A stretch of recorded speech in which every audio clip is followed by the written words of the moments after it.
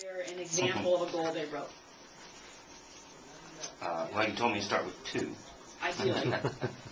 To develop a great team dynamic that allows each player to have a successful season. Great. But we're going to, if you don't mind, we're going to kind of look at that one and take it through a particular process. I want to use this SMART goal acronym. It's used a lot in business. It's sort of a self-check. It's sort of a reference on how solid is this goal? How, quote-unquote, smart is it? So I want you to think about the goal that you wrote as we go through each one of these.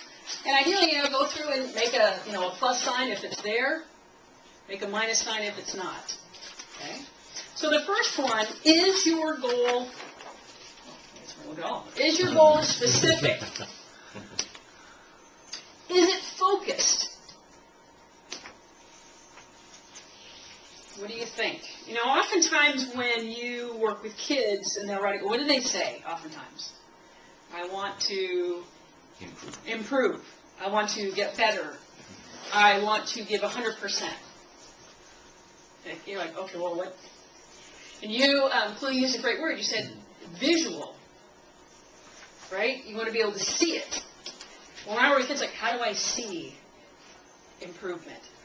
So some examples would be here, working on it, is that I might want to, as a tennis player, I want to add a drop shot to my game. I want to be able to use a drop shot in a match. It's an old school shot. They come back, I want to use that.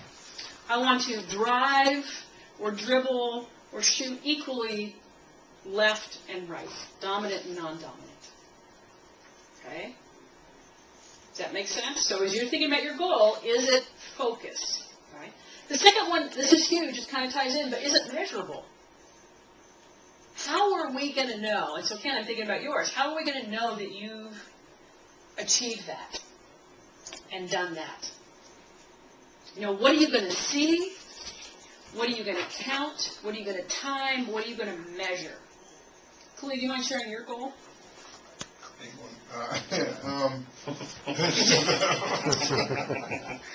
Make one up fast. As a football coach, it would be for my players to have, for the team to score 100 points this year. Last year we scored 120.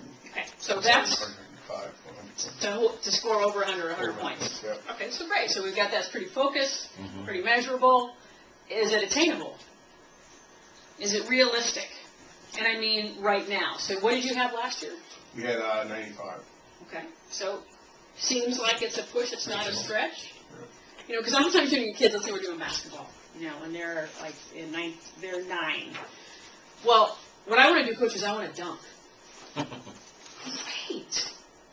But is it attainable right now? And what I do with that kid, I never squash that, but you go back and say, awesome. That's a vision. That's a dream, and we're going to work towards that. But we're going to pull it a little bit more into reality about how we can get you there. By the time you're hopefully maybe 16 or whatever it takes for a guy to do that. So attainable. Right? And then relevant. Is it tied to performance? Is it tied to, sounds like yours is. But also, you think about, again, if I use basketball, what do kids only do sometimes, it's like a behind the pass, right? Or soccer, I've seen those, it's amazing. I've seen those kids that can do the handstand, like throw in. Or my sport, anybody know what the Sabatini is? Or is that between the legs? Yeah, yes. Gabriella Sabatini made that shot. They got lobbed over your head, she'd run back and like, woo, hit the ball between her legs. Fun, not very relevant to, so getting that down. And then lastly, it's timely. So a huge part of goals is setting it like by when. So I said in my example, I want to use a drop shot at least once in a match this season, or whatever I would say. So going back to I'm still thinking in my mind, measurable. Develop a great team dynamic. I mean, with something like just observing how they interact with each other before practice. Would that be measurable enough, or would it you would want to start something observable? But you would want to start some specific things that you're going to look for. Like if you were to break down tape of them interacting before practice or a game, what would you see? you have to define what that great team dynamic is. Is it that they're all there on time? Is that they are helping each other warm up? That they start the warm up without you even having to be there? That they are coaching themselves through warm up? You know what I mean? You really need to start. Now remember, in our diagram, we're going to set 3 goals to achieve that vision. Right. So what we want to practice with just this one, and you want to get it. So I'd like you to take a second now and restate your goal if it needs to be restated, and make it smart. So Ken, you're going to want to dig down, pick a huge aspect of that great team dynamic, and what is it that you want to see them do? What's going to be the biggest clue that they're acting that way? Again, that's really important, is this timely, because what often happens to our goals when we write, we do goal sheets. New Year's resolution. Right? Yeah. So your job is that you help them set a by when, but then you schedule check-in dates. I mean, put it in your calendar, your phone, your PDA, whatever you use, so that you get a reminder this many weeks into the season you're going to have them pull out their goal sheets or sit down and revisit them. Now, you've got yours. I want to just share with you a couple of examples that you might find and use with your athletes. Like that their goal might be to throw from third to first. If they're working on that in baseball and softball, they want to make that throw. They want to increase their on-base percentage by X amount. Okay? They want to add a curveball. They want to be able to at least once successfully bunt down the third base line. So when you think about those examples, they meet that SMART criterion. In football, throw a spiral, not this wobbly thing. Throw X number of yards as kids are moving up in the game. They want to be able to increase their yardage, to improve their fumble to turnover ratio. Again, you know what their vision is. What are some concrete steps? Does that make sense? So this is something that it's a great exercise to take them through. And if Yes. Just a question. You're suggesting that with the team to have each of them do this thing of 3 specific ones for the season? At least 2. Starting? At least 2. Little kids, I would probably do, depending on the age. If they're really little, we just kind of pick one. Like what? And it's not really a goal thing. It's basically why are you here? What do you want to get? But as they get older, if they're high school and they're varsity players, yeah, they should have 3. But very specific ones. Very specific ones. Absolutely. That, to me, that's what you coach them on. So this is so great. So we've got this wonderful sheet. You've redone it. It's smart. Great. Now to avoid it really ending up in the desk drawer, on the floor, the bottom of the gym bag, step 2 is how do we create a SMART action plan?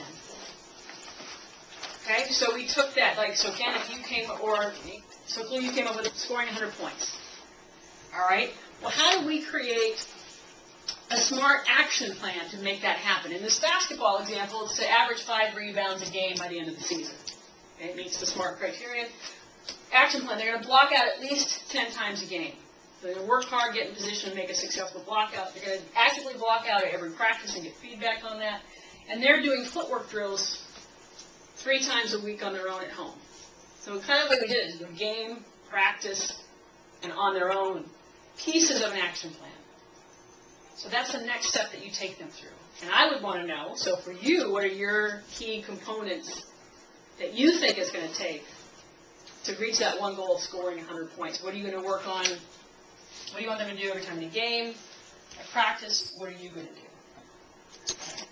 So to take a moment, you see that in your workbook, you have a second. So write down some specific action steps that you're going to do to achieve that goal.